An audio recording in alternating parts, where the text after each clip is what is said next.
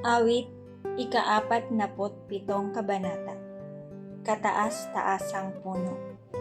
Magdiwang ang lahat ng mga nilikha. Pumalakpak kayong may awit at tuwa bilang pagpupuri sa Diyos na dakila. Ang Diyos na si Yahweh kataas-taasan ay dakilang haring dapat katakutan. Siya'y naghahari sa sangkatauhan.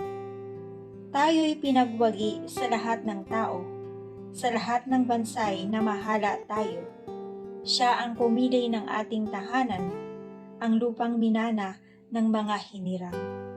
Umakyat sa trono ang Panginoong Diyos, hatid ng trompetang malakas ang tunog. Masayang sigawan ang ipinansuog. Purihin ang Diyos, siya ay awitan. Awitan ang hari, siya'y papurihan. Ang Diyos siyang hari ng lahat ng bansa. Awit at purihin ng mga nilikha. Maghahari siya sa lahat ng bansa, magmula sa tronong banal at dakila.